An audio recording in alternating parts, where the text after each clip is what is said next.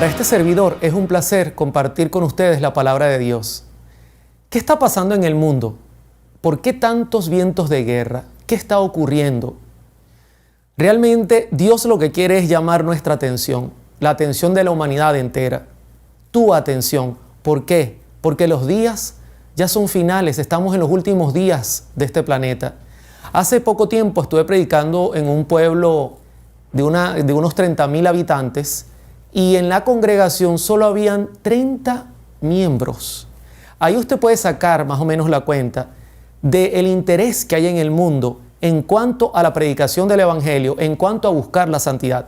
Lo interesante es que la Biblia profetiza que en los últimos días el mundo se volverá religioso. Y usted dirá, ¿cómo va a ser, hermano Oliver? Sí, así como se lo estoy diciendo. Acompáñeme, por favor, a Apocalipsis capítulo 13, versículo 12. Dice la Santa Escritura: y ejerce toda la autoridad de la primera bestia en presencia de ella. Y noten esta parte: y hace que la tierra y los moradores de ella adoren a la primera bestia, cuya herida mortal fue sanada. ¿Pudieron notar? Toda la tierra en adoración. Que toda la tierra adore, dice el pasaje. O sea, en los últimos días, el mundo entero se volverá religioso. Y usted preguntará, ¿y cómo es posible eso, hermano Oliver? Habiendo ahora mismo esa situación de que la gente no busca las cosas de Dios. Pues, en realidad, tiene que venir una gran crisis. Eso es lo que profetiza la Biblia. Tiene que venir una crisis enorme.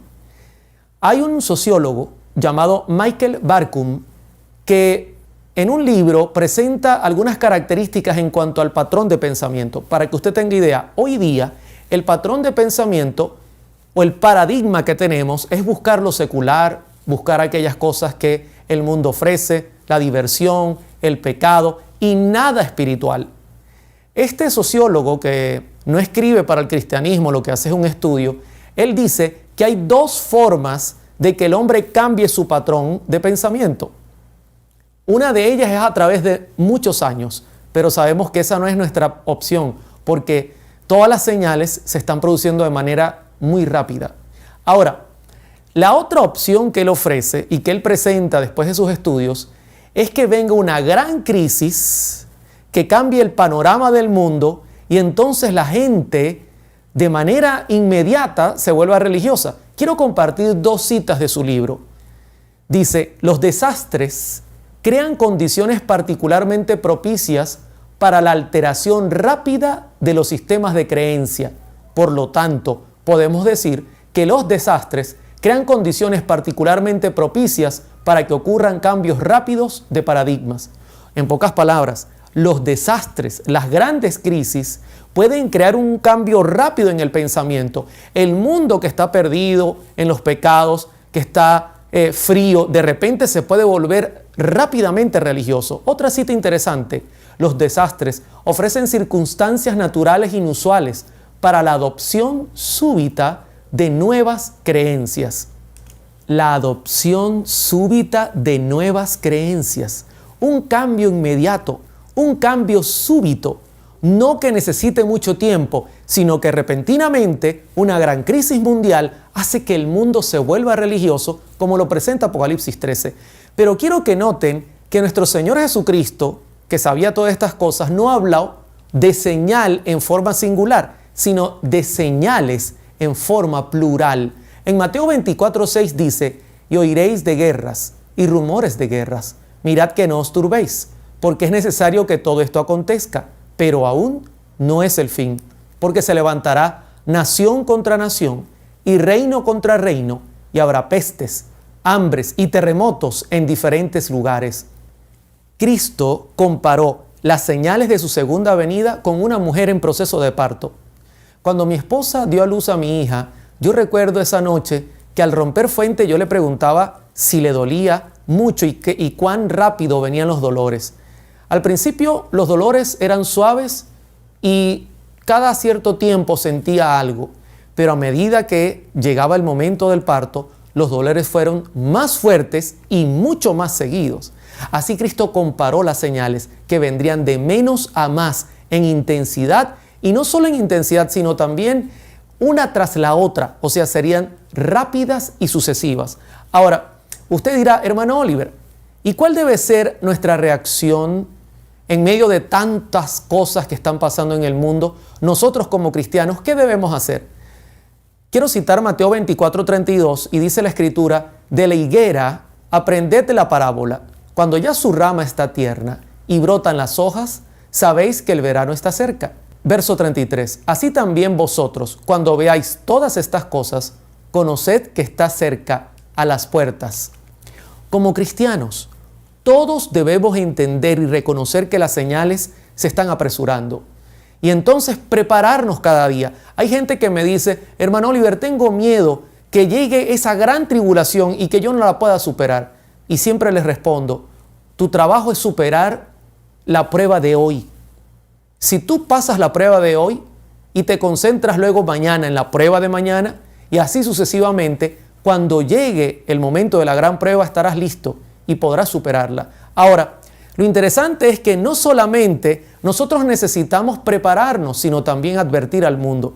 Y esto es un problema que me tiene muy preocupado, ya que últimamente veo que nuestros sermones parecieran no alertar, parecieran hablar de tranquilidad, hablar de confianza, solo hablar del amor de Dios, de la justicia de Dios, cuando tenemos un mensaje único que predicar. Tenemos una alerta que debemos sonar con fuerza. Así te llamen fanático, así digan que eres un sensacionalista. Tu deber es predicar el Evangelio de Cristo y alertar al mundo que su venida es inminente. Quiero aprovechar y citar lo que vio el profeta Ezequiel en el capítulo 33, verso 6. Pero si el atalaya viere venir la espada y no tocare la trompeta, y el pueblo no se apercibiere, y viniendo a la espada hiriere de él alguno, este fue tomado por causa de su pecado, pero demandaré su sangre de mano del atalaya. Verso 7. A ti, pues, hijo de hombre, te he puesto por atalaya a la casa de Israel, y oirás las palabras de mi boca, y los amonestarás de mi parte. Nuestra misión es alertar al mundo. Una gran tormenta se está preparando. Algo grande viene. El mundo no lo conoce. Nosotros conocemos las profecías. Se nos ha dado gran luz sobre este tema, pero la tenemos escondida bajo la cama. No la estamos predicando. Y si el mundo se pierde por nosotros no presentar esa luz, seremos culpables de juicio. Esto debemos tomarlo muy en cuenta. Ahora, aparte de esto, tenemos que ser solidarios. A medida que vengan los desastres naturales como los huracanes y las situaciones que están habiendo en el mundo, Dios nos pide que seamos cristianos, solidarios, como escribió Pablo en Hebreos capítulo 13, verso 16. No se olviden de la solidaridad y de hacer el bien, que tales sacrificios son los que agradan a Dios. El cristianismo práctico es servir, dar lo que necesita la gente, agua, comida, albergue, hospedaje. Todo esto va a ser muy necesario en los últimos días, no solamente predicar el Evangelio, sino también tener una mano ayudadora. Y nosotros somos llamados a hacer este trabajo. Ahora, en mi programa y en Facebook, mucha gente me pregunta, hermano, ¿y cuál es la señal de salir de las ciudades? Y yo respondo con una contrapregunta. ¿Y cuál es la señal de que nosotros vivamos en las ciudades? ¿Dónde tú consigues en la Biblia que Dios haya tenido ese plan? Eso no está en la Escritura. Déjame citar Génesis 2:8, dice la Biblia, y Jehová Dios plantó un huerto en Edén, al oriente, y puso allí al hombre que había formado.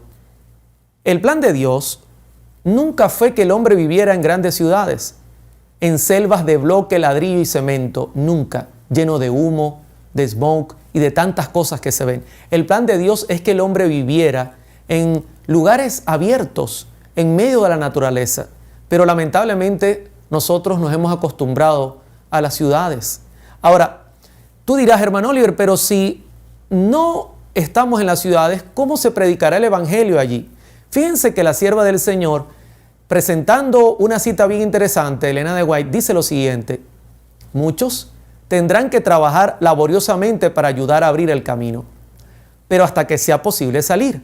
Durante todo el tiempo que permanezcan en ellas, las ciudades, deberían ocuparse activamente en el trabajo misionero, por muy limitada que sea su esfera de influencia.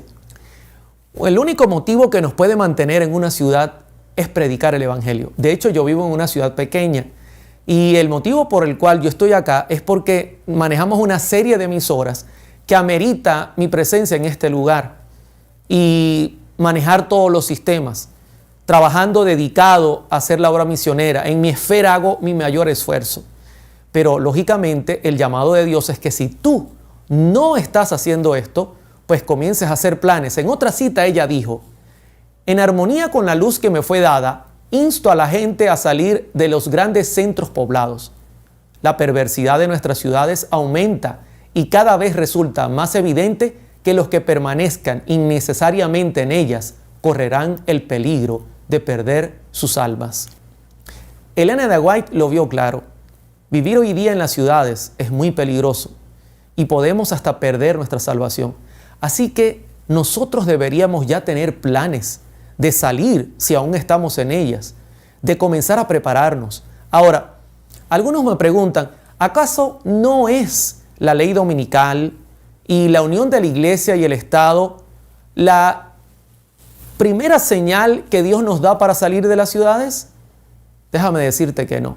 Cristo dice en Mateo 24:15, por tanto, cuando veáis en el lugar santo la abominación desoladora de que habló el profeta Daniel, el que le entienda, entonces los que estén en Judea huyan a los montes. En este pasaje en particular, Cristo no dice salid de las ciudades. Cristo dice huyan a los montes. ¿Por qué? Porque la huida es algo urgente, es una emergencia.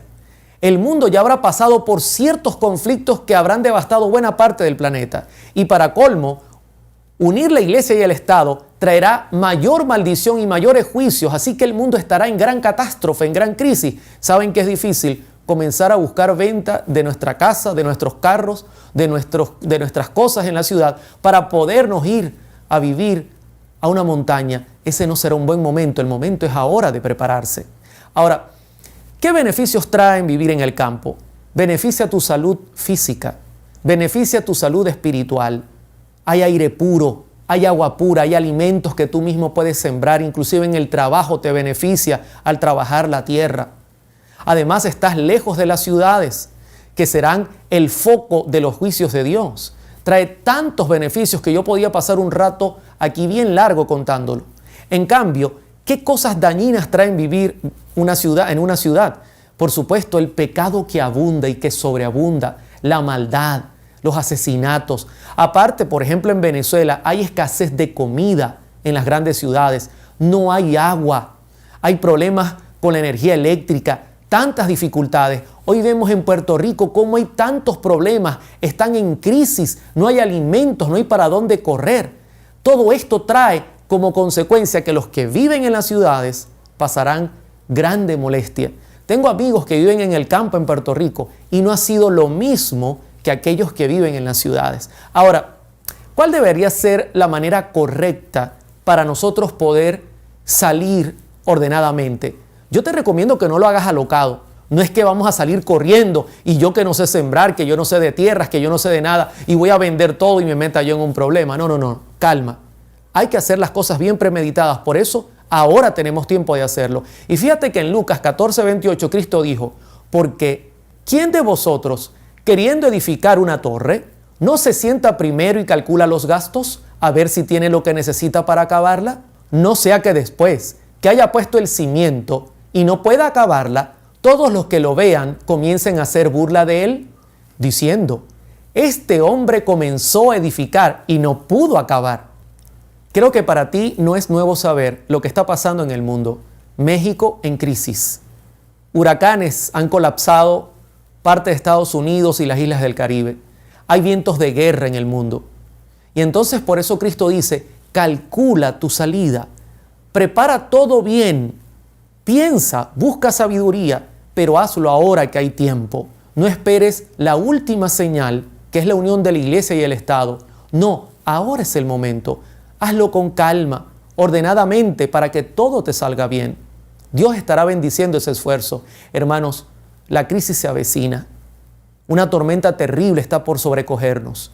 Necesitamos predicar este evangelio. Necesitamos alertar al mundo. Necesitamos decirle al mundo las verdaderas causas de todos los conflictos que están pasando, que es simplemente que se ha violado la ley de Dios, que el hombre vive en pecado, que el hombre se ha olvidado de la existencia de Dios. Ese es el verdadero motivo de todo lo que está pasando en esta tierra. Y tú y yo somos protagonistas.